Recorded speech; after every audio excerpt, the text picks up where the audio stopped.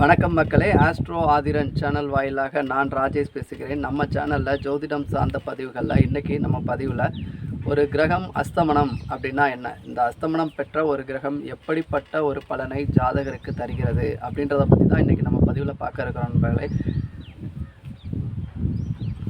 நம்ம சேனலோட அறிமுக நபர்கள் மறக்காமல் நம்ம சேனலை சப்ஸ்கிரைப் பண்ணுங்கள். அப்போ தான் நான் பதிவிடக்கூடிய ஒவ்வொரு பதிவுகளும் உங்களுக்கு வந்து சேரும். சரி, வாங்க பதிவுக்கு போகலாம். ஜோதிடத்தில் ஒரு சில இடங்களில் லாஜிக் அப்படின்றது ரொம்பவே முக்கியம். இந்த லாஜிக் அப்படின்றது என்னென்னு முழுசாக தெரிஞ்சிருந்தால் தான் இந்த ஜோதிடர்கள் சொல்லக்கூடிய வார்த்தைகளில் ஒரு மேஜிக் அப்படின்றது இருக்கும். அது மாதிரி ஒரு விஷயந்தான் இந்த அஸ்தமனம். இந்த அஸ்தமனம் அப்படின்னா என்ன, இந்த அஸ்தமனம் பெற்ற கிரகம் எப்படிப்பட்ட ஒரு பலனை ஜாதகருக்கு தரும் அப்படின்னு பார்த்தோன்னா, எந்த ஒரு கிரகம் சூரியனுக்கு மிக அருகில் நெருக்கமான ஒரு பாகையில் செல்லும் பொழுது அந்த கிரகம் தன் சுய பலத்தை இழக்கிறது. இதுதான்.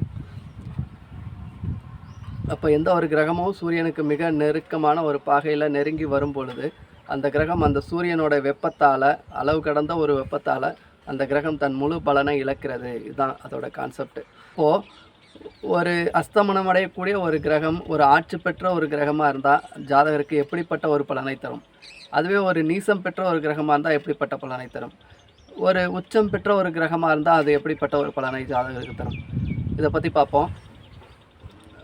இப்போ ஒரு உதாரணத்துக்கு, ஒரு நல்லா எரியக்கூடிய ஒரு தகன்னு எரியக்கூடிய ஒரு நெருப்பு, அந்த நெருப்பில் ஒரு காகிதத்தை போடுவோம், ஒரு 500 ரூபா நோட்டையும் போடுவோம். இந்த 500 ரூபா நோட்டு அப்படின்றது அதுக்கு மதிப்பு இருக்குது. அதோட மதிப்பு நமக்கு தான் தெரியும், நெருப்புக்கு தெரியாது இல்லையா? காகிதத்துக்கு மதிப்பு கிடையாது. இப்போ ரெண்டுத்தையும் போட்டால் என்ன ஆகும் ரிசல்ட்டு? ரெண்டுமே எரிஞ்சு சாம்பல் ஆகிடும் இல்லையா? இல்லை ஒரு 4 நோட்டாக சேர்த்து போடுவோம், 500 ரூபா நோட்டு. அப்போ இதோட மதிப்பு இன்னும் அதிகம் தானே. சரி, இதோட மதிப்பு அதிகன்றதுக்காக இன்னும் கொஞ்சம் நின்று எரியுவோம், நிதானமாக எரியுவோம் அப்படின்னு எரியுமா? போட்ட செகண்டில் அந்த நெருப்பு, ஒரு அளவு கடந்த நெருப்பு போட்ட செகண்டில் எரித்து கொடுத்துரும், சாம்பல் ஆகிடும். அது மாதிரி தான் இப்போ எந்த ஒரு கிரகம் சூரியனோடு சேரும்பொழுது அந்த கிரகம் நீசமான இருந்தாலும், இல்லை ஆட்சி பெற்றிருந்தாலும், அல்லது உச்சம் பெற்றிருந்தாலும் அந்த கிரகம் தன்னுடைய முழு பலனை இழக்கிறது, முழு பலத்தை இழக்கிறது. அஸ்தமனம் பெற்ற ஒரு கிரகம் ஆட்சி, உச்சம், நீச்சம் அப்படின்ற தன்னுடைய பலம் அங்கே செல்லாது. அந்த நெருப்புக்கிட்ட, அந்த ஒரு சூரியனுக்கிட்ட அதோடைய பலம் செல்லாது. சரி, ஒரு உதாரண ஜாதகத்தை பார்ப்போம்.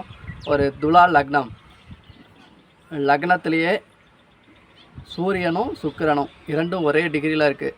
இப்போ இங்கே நல்லா தெரியும், இந்த துலாத்தில் சுக்கிரன் ஆட்சி, சூரியன் நீசம். இப்போ இந்த இடத்துல நல்லா கவனித்து பாருங்கள், இங்கே ஆட்சி பெருசா நீசம் பெருசா அப்படின்னு நம்ம ஒரு ஆர்கியூமெண்ட் நடத்தணும் அப்படின்னா, இந்த இடத்துல சுக்கிரன் அஸ்தமன தோஷம் அடையாத வரையில் ஆட்சி தான் பெருசு. ஆனால் இந்த இடத்துல சுக்கிரன் அஸ்தமனம் அடைந்துருச்சு அப்படின்னா அங்கே நீசம்தான் பெருசு. நீசம் பெற்ற சூரியனே பலவான், அங்கே சுக்கிரனுக்கு வேலை இல்லை. சரி, அப்போ இது ஒரு உதாரண ஜாதகமாக வரப்போ என்கிட்ட ஒரு 3 வருடத்துக்கு முன்னாடி வந்தது. ஜாதகருக்கு துலா லக்னம், லக்னம் உட்கார்ந்திருந்த பாதம் அப்படின்னா குருவினுடைய சாரம். இந்த குரு அப்படின்றது இந்த லக்னத்திற்கு 3, 6 கூடைய அதிபதி. அப்போ ஒரு ரோகத்துக்கு அதிபதி இல்லையா? அந்த சாரத்திலே உட்கார்ந்துருந்தது. அதே சாரத்திலேயே வந்து இந்த சுக்கிரன், சூரியன் இரண்டும் ஒரே பாகையில் உட்கார்ந்துருந்தது. ஜாதகருக்கு ஒரு 26 வயது இருக்கும். புதன் தசை விருச்சக ராசியில் அனுச நட்சத்திரத்தில் வந்து தசை நடத்தினது. ஜாதகருக்கு பிறப்பு உறுப்பு சார்ந்த ஒரு நோய், எய்ட்ஸு. ஒரு 26 வயதில் ஒரு எய்ட்ஸு.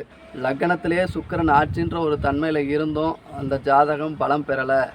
எதனால் அப்படின்னா, இந்த சூரியனுடைய அஸ்தமனம்.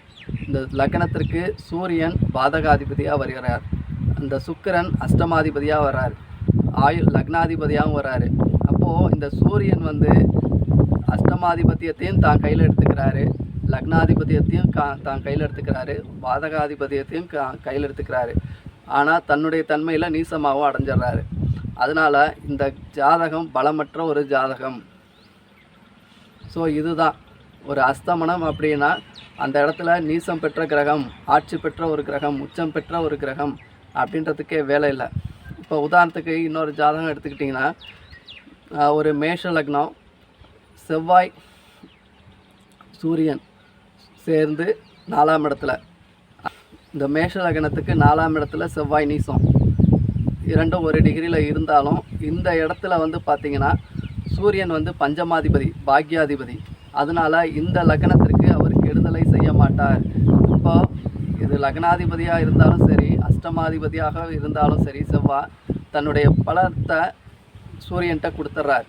அப்போ அந்த இடத்துல அந்த 3 ஆதிபத்தியத்தையும் இந்த சூரியன் தான் செய்யறதுக்கு தகுதியானவர் இருக்கிறார்.